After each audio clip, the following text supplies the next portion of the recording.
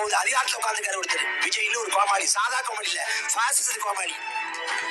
அவருக்கு என்ன நினைப்பு? நாம ஆம்பளை ஜெயலலிதா, நம்ம ஜெயலலிதா மாதிரி நம்ம யாரையும் சீக்கிரத்தை பார்க்க கூடாது. கரூர் சம்பவத்தை சொல்லி அனுதாபத்தை எடுங்க. ஆனால் வரலாறு பதிவு செய்கிற போது கரூர் சம்பவம் எழுதுனா அரசியல் கோலை விஜய் என்றுதான் பதிவு செய்யப்படும். நாயே கொஞ்சமாவது மெதுவா பேச நாயே. ஏன் நாயை கத்துறா? அப்படியே வாய்ஸ் ஏத்துறா, அதுக்கப்புறம் இறக்குறா. கோயில்ல வச்சிருக்க குழாவை பைப்பு ஒன்று இருக்காங்க பாத்தீங்களா, அதுக்கு மேல கடந்து கத்திரியாடா. 234 தொகுதியில டெபாசிட் வாங்க துப்பு இருக்குதா நாயே அப்படின்னு சொல்லிட்டு கேட்க தோணும் நாயே. சாரி, கேட்க தோணும் கரிகஞ்சி. சாரி கேட்க தோணும் இடுபவன கார்த்திக் அவர்களே. மரியாதை இல்லாம நீங்க தான் பேசுறீங்க, அதனால எங்களுக்கு யாருக்கும் பேச தெரியாது. உங்களை மாதிரி கீழ்த்தரமா யாருக்கும் இங்க பேசுறதுக்கு வராதுன்னு மட்டும் நினைக்காதீங்க. அது பேசக்கூடாது, அது மாண்பு கிடையாது அப்படின்னு சொன்னாலும் யாரும் பேசுறது இல்லை.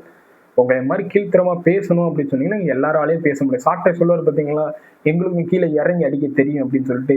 உங்களுக்கு கீழே இறங்க மட்டும் தான் தெரியும், கீழ்த்தரமான பேச்சு மட்டும் தான் தெரியும். செயல்ல ஒரு மயிரும் ஒன்றும் கிடையாது, புரியுதா? 234 தொகுதியில ஜெயிக்கிறதுக்கு வக்கில்ல. ஜெயிக்கிறது என்ன, டெபாசிட் வாங்குறதுக்கு கூட துப்பு இல்லை. ஆனா வாய்மையருக்கு மட்டும் குறைச்சல் இல்லை. முதல்ல அந்த வாய் தாண்டா, அந்த வாய்க்கு முதல்ல பூட்டை வாங்கி போடுங்க, அந்த வாயில ஊசி நூலை வாங்கி தைங்க. தச்சுட்டீங்கன்னா சரிப்பட்டு வருவீங்க.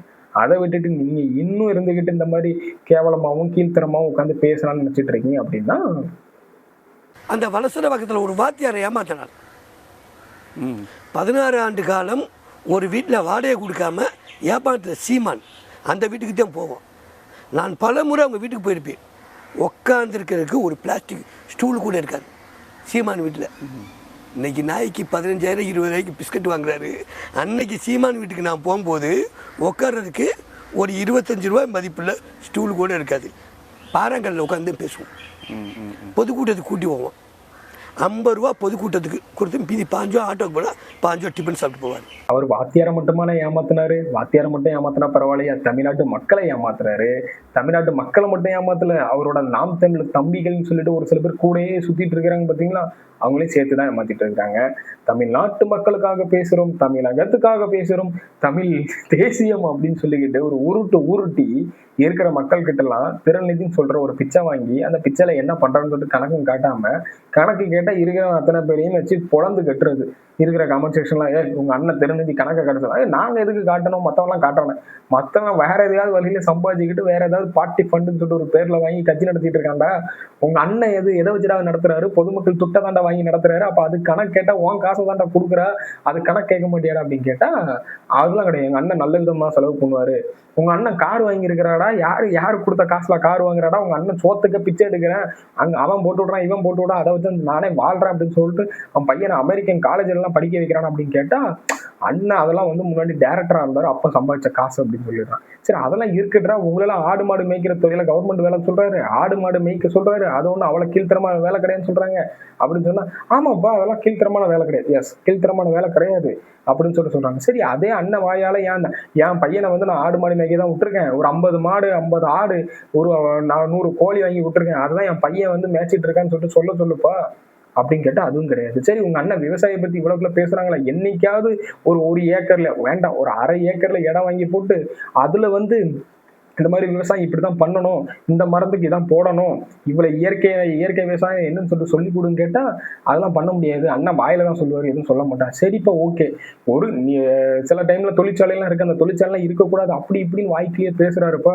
அதுக்கு படம்லாம் போட்டு காமிக்கிறாரு.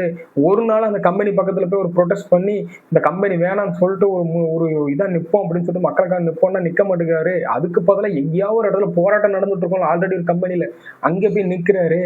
அந்த இடத்துல நின்னுகிட்டு நம்மள ஸ்கோர் பண்ணிட்டு வெளியே வந்துடுறாரு. மத்த கம்பெனி ஏன்னு கொண்டு கண்டுக்க மாட்டேங்கிறாரு. ஏன்னு கேட்டா அப்படிலாம் கிடையாது. இப்ப எங்க அண்ணன் ஒரு வேற ஒரு தொலைநோக்கு பார்வையில இருக்காரு.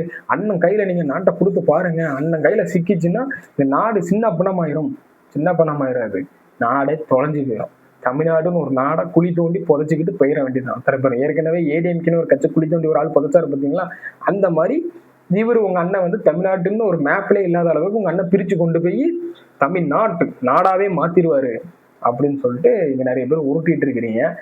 வெட்கமே இல்லையாடா, மார்பிங் பண்ணி போட்டோ வச்சு உங்க அண்ணன் உருட்டிட்டு இருந்தாரா? சரி, உங்க அண்ணன் பிரபாகரன் பார்த்தாரு பார்க்கல, உங்க அண்ணன் ஒரு கட்டுக்கதை ஒண்ணு சொல்றாரு பாத்தீங்களா, ஆமா கறி சமைச்சு எனக்கு பொண்ணு புரியல பாருங்க, ஏன் போர் நடந்துட்டு இருக்குது. உங்க அண்ணன் நொன்னனுக்கு இதெல்லாம் சமைச்சு விதவிதமா சமைச்சு போட்டுதான் வச்சு ஆக்கி வச்சுட்டு போனாங்களா? தேர்தல் தோல்விகள் வந்து இங்க வந்து ஐயா காமராசர் அவர்களும் தான் தோத்திருக்கிறாங்க. இங்க வந்து ஐயா எம்ஜிஆர் அவர்களும் தான் தோத்திருக்கிறாங்க.